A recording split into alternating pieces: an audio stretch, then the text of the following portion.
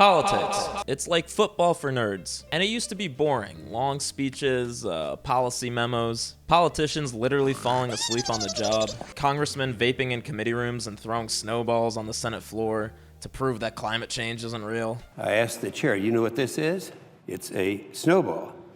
And that's just from outside here. So it's very, very cold out, very unseasonal. So here, Mr. President, catch this. It was tasteful. Nothing good ever happened, but nothing bad ever happened either. Nothing bad ever happened. Because unless we were in a presidential election year, nobody was really paying attention. And yes, this video is gonna be America-centric, because your eyes do not deceive you.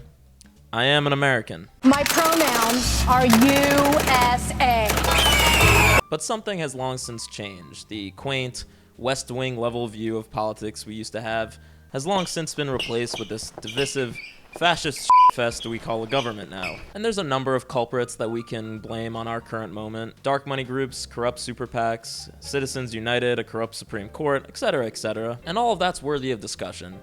But today, I don't want to talk about the ringmasters of this circus. I want to talk about the clowns. The podcasters, the YouTube channels, the Twitter finger extraordinaires, who look at how dumb politics has become and bravely ask, how can we make money by making it even f***ing dumber? If everyone in a state wants something, go ahead and have it. So if everyone in Alabama wanted slavery back, you'd be okay with that? Sure. If everyone in the state wants it, go ahead. Okay. Thank you for that, Confederate Barbie. Your input is noted. Yes, let's first talk about debate content on the internet. And there's one particular show that has been rightly derided for turning the concept of debate into a meaningless spectacle solely designed to drive clicks. I am talking, of course, about Jubilee. Jubilee, the media company and YouTube channel, known for their various series, most notably their debate ones, including Middle Ground, where two diametrically opposed sides come together to debate, and Surrounded, where one prominent figure takes on 20 people who completely disagree with them. And when I say debate, I don't mean in the Lincoln Douglas sense of the word. I mean which side can smear more shit into the face of the other. You think the LAPD are a bunch of liberal Marxists? No, but I Really? think they listen to liberal Marxists who tell them what to do. We both agree Donald Trump's pro-crime. You're just fine with it. No, Is that the I position? don't That's what you've agree said with so your- far I for don't about agree with 5 your minutes. You think that Republicans and employers of big firms suddenly raise all the wages? You notice That's I what didn't you answer believe. what I said. You That's notice what you that was believe. complete. Your That's angles what were you right. believe. You pivoted the hell That's what away you from the believe. Is that what you? I'm on the Your angles subject. are okay. Do you believe? Participating in homosexual acts is inherently not loving because it's damaging. It violates not natural inherently law. damaging. It doesn't violate natural law. There Yes, are it over does. 1,000 Your body species is that not are designed proven for to that. have. Doesn't deserve. There's a civil to rights be a movement that It is doesn't described deserve as to be the a civil LGBTQ. right. It doesn't deserve a civil right. He was throwing balls to his receivers, hitting them in the helmets and stuff like that, and they weren't catching the It ball. was There a 31 And listen, I understand why this is fun. It's fun to go to the zoo and watch the gorilla throw around their enclosure. And to a certain extent, political discourse has always been theater. I mean, I'm old enough to remember CNN's Crossfire before Jon Stewart took that one out. To do a debate would be great, but that's like saying pro wrestling is a show about athletic competition. Now, this is theater. I mean, it's obvious. How old are you? 35. And you wear a bow tie. Yeah, I do. I do.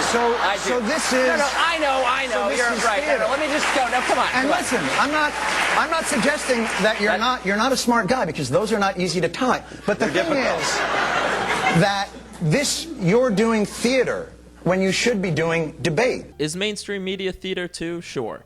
But at least the theater was about, like, is Al Gore the right man to be president? Versus what Jubilee is doing, which is flat earthers versus round earthers, or anorexia versus obese people. I mean, what are they gonna do next? Cheaters versus people who have been cheated on? Just kidding, they already did that one. And according to an article from The Atlantic, these psychopaths have debated doing a Holocaust survivors versus Holocaust deniers episode. And that is f***ing despicable, because there is no middle ground on that issue. Just like there's no middle ground on should women be allowed to hold positions of power, or no middle ground between flat and globe earthers. Globe earther, which is my new favorite way to describe myself. I'm not just a normal, functioning human being who passed 7th grade science class. I'm a globe earther, which is just as valid as being a flat earther or a cube earther for that matter. And that brings us to the first and most often repeated criticism of Jubilee, which is that its format by definition makes every point of view appear equally valid and worthy of discussion. And that's not how reality works. If there was a group of people who believed the sky was green, Jubilee would bring them in to debate the blue skyers. When really, all you have to do to prove that the sky isn't green is crack a fucking window and look up. Forcing a doctor to debate 20 anti-vaxxers, as if that's gonna change a single mind. If we don't get vaccinated with Jesus, we will face God on judgment. Yes, we need to get vaccinated with Jesus, which means not vaccinated at all. And hey, I guess that makes sense, because the people who don't get vaccinated get to meet the big man first. And is all this entertaining? Of course it is. I'm not gonna sit here and lie to you. It's fun to watch people who are completely out of their minds scream at each other over nothing. And there can be some reasonable people. I am Native American. Whites are Native Americans. What are you talking about? You're not. What are you talking about? Whites are Native Americans. Really? But this isn't just entertainment. This affects how people see the world and how they see politics. The 5th most watched video on YouTube during the 2024 election was Ben Shapiro versus 25 Kamala Harris voters. The top 2 most watched videos during the election were Joe Rogan's interviews with Donald Trump and JD Vance. This is how people form their political opinions now, through Jubilee mudfests and podcasts. Tens of millions of views on this slop, and Jubilee has perfectly optimized for more clicks, for more virality, no matter how stupid or downright dangerous the views being espoused are. I'm what you call a globe denier. And that's also why a common thread in Jubilee videos is the inclusion of influencers and social media personalities who are known for saying egregious shit. Essentially, they include people who they know are going to be clip farming in order to promote themselves, and so they're guaranteed a clip. I am an immigrant. I'm speaking from personal experience. Get the hell out. I don't even like... I should get the hell out? Yes. Why? I don't want you here. Why? Because you come here and say all this bullshit Why? about how Americans are lazy. Why? You push your left-wing I never politics. said Americans are lazy. I don't know why you say that. Like, y'all remember Confederate Barbie from earlier? Well, her name's Emily Wilson. She's got 500K on IG, and she too has blessed the black void of the Jubilee studio. The thing is, like, you'll never meet a Republican that uses pronouns. It's just a fact. It's only Everybody the left. uses pronouns. Just some people choose to Okay, well, announce my their pronouns now for the rest of the time are pretty princess. That's and not a pronoun. What do you mean? Those are not even pronouns. Okay, so Yes, pretty princess is her pronouns. And thank God Jubilee invited such an academic powerhouse to engage in the free marketplace of ideas. And you get the point. It's just a who's who of right-wing grifters getting invited on, like the fresh and fit guy Myron, who managed to turn what have otherwise been a level-headed discussion of male body image issues into a bizarre alpha male jerk fest. See, the problem is that you're a professional victim. I don't know if you've caught on to this, but you're a professional victim. You constantly blame others for your inadequacies and why you're fat. It's pure spectacle, and spectacle based on the easily disproven thesis that there is something virtuous about the middle ground. There isn't. There isn't a middle ground on certain issues. There's just being normal or being insane, or being right or being wrong. And this criticism of Jubilee really came together in the last week with their release of 1 progressive versus 20 far-right conservatives, featuring Mehdi Hasan, a well-known and respected journalist. The amount of clips shooting around the internet from this video is truly crazy, and I get it, because calling these guys conservatives is like calling Darth Vader a well-meaning father. A little bit of persecution We and stuff may like have that, to which is rename bad, this show but- because you're a little bit more than a far-right Republican. Hey, what can I say? I think you could say I'm a fascist. Yeah, I am. Absolutely. I'm just checking who's clapping just to get my set of where everyone Because is on this. Ian, Because you know during- that millions of people are going to be watching you on YouTube and checking out Yeah, who the fascists absolutely. and the Nazis are. I'm not ashamed of that whatsoever. No, clearly you're not. During the Clearly you're not. Yeah, a lot of these guys aren't conservatives so much as they are fascists, and specifically fascist grifters, who are just looking to boost their online following. This guy, Connor Estelle, who looks like the love child between Charlie Kirk and the Michelin Man, apparently lost his day job after this episode was released, and he immediately pivoted to begging for money on the internet. So it really seems like it's working out for him. And I'm not saying that everyone at this debate agrees with the fascist, but I will say this. If you have a room with 20 people and they're applauding a fascist, that's just a room with 20 fascists. And it's clear that Mehdi Hasan was also misled by Jubilee, who told him the views of the people he would be debating would be conservative, and instead they put him in a circle of openly racist, weirdo, white supremacist neo-Nazis. For the liberals, you're forced to vote for pro-war people. Poor It's either that or get conservatives. replaced in my country. What do you want me to do? Oh, you and your replacement bullshit. Yeah, okay, buddy. And frankly, guys, it's one of those things where if this is what they'll say on camera, imagine what they really think at night. These guys are some cartoon-ass villains, and they're weird as shit. I understand the point of view that, like, sunlight is the best disinfectant, that we should openly make fun of these people and point out how stupid their views are, but this is beyond entertainment. This isn't educating anybody. And some of these guys, frankly, need to be on a watch list. You're leveraging a nobody on position of quote-unquote emotion. my side of the aisle is trying to deport you. The only shutting down is being done by you. They're actually The only trying to shutting down is being genocide my done by entire you. race. So what are you talking Wow. about? Oh, what You're are you a white- talking about? You're a white What are genocide guy? Are you kidding me? Wow. You know the fact you're I'm Indian. amazed that Jubilee find some of you guys. How did they find you? Do you see Did what they you're email doing? you? Do you have Gmail? Why are you Just highly distasteful, and I support free speech, but free speech doesn't mean you have to give every psychopath a microphone. How is this not against the YouTube terms of service? I've been demonetized for literally no reason before. I've been demonetized for rooting for Jeff Bezos' marriage to fail. I already know that this video is going to be demonetized, and yet Jubilee can have on a who's who of Nazis talking about white genocide and wanting to deport every immigrant, even American citizens, and then have the balls to say that their mission is to provoke understanding and create human connection. Yeah, actually, I'm good, dog. I don't want to connect with people who want me to die. And I don't appreciate normalizing the fringes and taking issues that have massive impacts on people's lives and turning them into viral spectacles in the name of content. So for that reason, you, Jubilee. And as I mentioned, this is just one act in the circus of politics and internet culture. The other side of this is the podcast circuit, which, as I mentioned, was a massive factor in the media environment around the 2024 election. Donald Trump and JD Vance were everywhere in the email, podcast, and streamer space, on Joe Rogan, Theo Vaughn, Andrew Schulz, Tim Dillon, etc. And the latest controversy in the space is the Nelk Boys, who, if you don't know them, I can only describe are a cast of 38-year-old frat bros. And they invited on Benjamin Netanyahu, the Prime Minister of Israel, onto their podcast for a softball interview, while his government is engaged in committing some of the most horrific war crimes ever seen in modern history. We are so not qualified to do this. That's what's interesting about this. We're just not.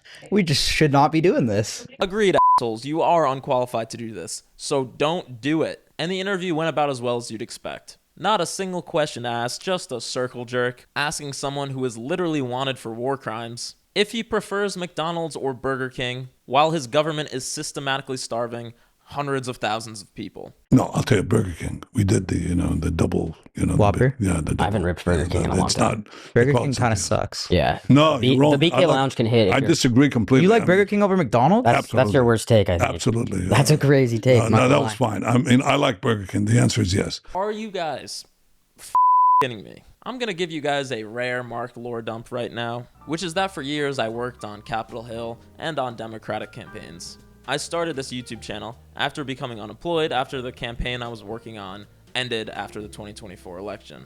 I've prepped candidates and members of Congress for probably hundreds of interviews. And so let me tell you, the reason Republicans and conservatives love these podcast bros so much is because it's exposure to tens of millions or even hundreds of millions of eyes without ever having to answer a single actual question. These podcast bros aren't conservative ideologues, they're just useful idiots. And they caught a little bit of flack for giving uncritical platforms to Republicans, but only from people who don't like them anyway, so it didn't really have an impact. But apparently, and thankfully, interviewing a guy who is literally starving children to death and shooting them when they try and get food is a step too far even for the Nelk Boys audience. And in response to the backlash, the Nelk Boys defended themselves by basically saying, we're morons. Sorry. I wish we could go back in time and fucking grill him 1,000 times harder.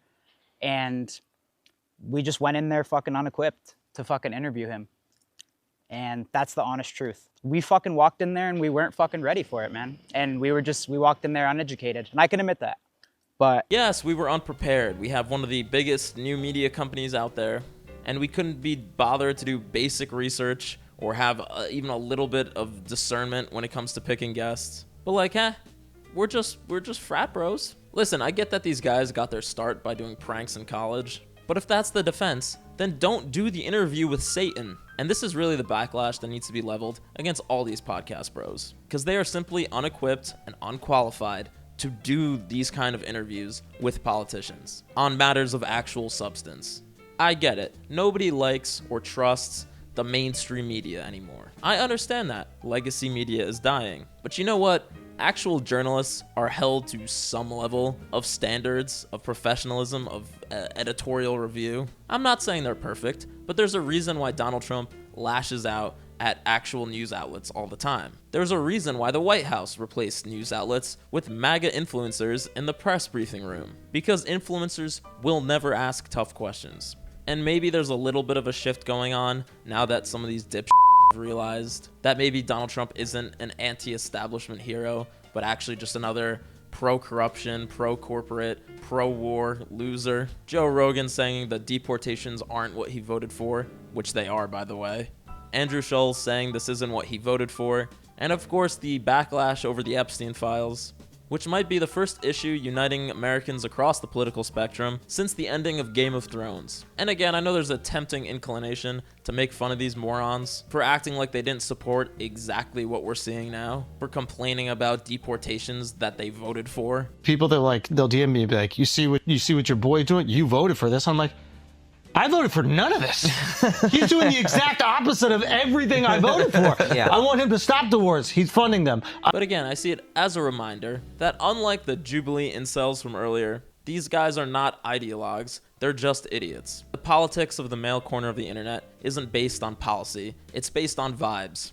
They end up supporting conservatives because conservatives seem cool, because they have UFC fights and sports gambling. It's incredibly stupid, but can liberal or progressive-minded people win in those spaces? Yeah, it's not that hard. James Tallarico, a Democratic Texas state rep, was just on Joe Rogan for another completely vibes-based discussion, and it went great for him, which is how I end up at two conclusions for this whole new media and politics question. For one, I do want to see more progressives, liberals, getting comfortable and going into these spaces. No unilateral disarmament. We are losing an entire generation of young people, especially young men, because they literally don't hear from anyone on our side, or my side, I guess. I don't know what you believe. Maybe you're Confederate Barbie listening to this. I'm sorry, I am so tired of the tens of thousands of just hard fours online being like, I'm voting for her because he's gonna strip all of our rights away as a woman. I can do that as a mom and a da-da. But they don't hear from anyone on our side on these platforms. I hate with a burning passion progressives who get mad at other progressives for going on like male podcasts or right-leaning podcasts. Like, do you guys want to win elections or do you want to have a book club? It's not about going on because you think Joe Rogan is an intellectual powerhouse. It's about going on to reach the 100 million people who tune into Joe Rogan. And for my second conclusion, which is one I've already mentioned, these podcasters shouldn't be interviewing politicians. I want to see more Democrats or progressives with these podcasters and streamers, but only because they're already platforming conservatives. And apparently, war criminals now too. But the ideal is that none of these guys interview politicians. You're comedians, you're pranksters. You have no idea how to ask intelligent questions because you're not intelligent. And if I sound like an elitist, it's because I am. This stuff would be fine if podcasts were like a replacement for late night TV, but it's increasingly clear that most young people see podcasts as like a replacement for the actual news. And while audiences may find these formats more relaxed or authentic or whatever, the reality is this system works for dirtbag politicians way better than it works for the actual listeners. Because there's not a single president, senator, or school board member that isn't looking to take advantage of this new era of getting to skip tough questions from the media in favor of chummy softballs being lobbed up by a TikTok comedian. It doesn't serve democracy, and it doesn't actually inform anybody about what those in office believe. If your niche is comedy or sports, do me a favor and stay in your f***ing lane. Or if you do want to enter the political arena, can you do like a little bit of research first, please? Because these dirtbags you're bringing on range from spreading misogyny to ushering in fascism to literally murdering children. And these podcast hosts are never really going to be held accountable for that, which is why it falls on audiences to have the kind of discernment that these guys don't. Before voting for someone based on their appearance, on Theo Von, maybe go, hey, sure, this politician seems cool to have a beer with, but what do they actually believe? Do they support shredding the Constitution and arresting judges in order to deport their political opponents? Did they support an insurrection against democracy to try and stay in power? Were they homies for decades with one of the most notorious pedophiles of all time? There's a few questions you may want to ask. That's all I'm saying. And if you're watching a Jubilee video, just keep in mind that just because two people are equally distanced apart at the same table doesn't mean that they are equally deserving of your attention or respect. One of them may just be a guy, and the other one may be Adolf Hitler. If I could wrap this up in a sentence, it's that political brain rot is still brain rot. Just because people are discussing the issues doesn't mean shit. As someone who's worked in politics, let me tell you, the decisions being made that actually affect your life are happening in congressional committees, in state houses and in city councils, in government agencies, but none of you will ever show up for that. No one is going to watch an hour-and-a-half long House Appropriations Committee meeting. It's boring. Who has time to read the news? It's so depressing. And reading is hard. What the people want is Ben Shapiro getting screamed at for 4 minutes, while 20 people clap around him. Or they want Theo Von asking the dumbest f***ing questions imaginable to the literal Vice President of the United States. Because it's funny. Excuse me. It depends on the Celsius is it's got a lot of caffeine in it, man. Oh, Jeez. dude, what are you talking about? I'm getting amped over here. What are you talking about? Yeah, that's what FDR was on. That's why he left his wife. That thing will definitely. That thing will remodel. FDR loves Celsius, as everybody knows. His favorite beverage was what is this here? Sparkling orange Celsius. And in the end, we get dumber, less informed, and those in power are made even less accountable for their actions. So do me a favor, let's stop treating this crew of dipshits on YouTube like they're the political philosophers of our time, and go back to getting our political slop the old-fashioned way, with cable TV. Not see this, not see that. You know, I'm beginning to think they don't like us. You know what? I've said this before. We need to learn from the blacks. The way they were able to remove the power from the N-word by using it. So from now on, it's what up, my Nazi? Hey, what up, my Nazi? Oh my God. Hey, what's hanging, my Nazi? Nazi, please. Oh, we're so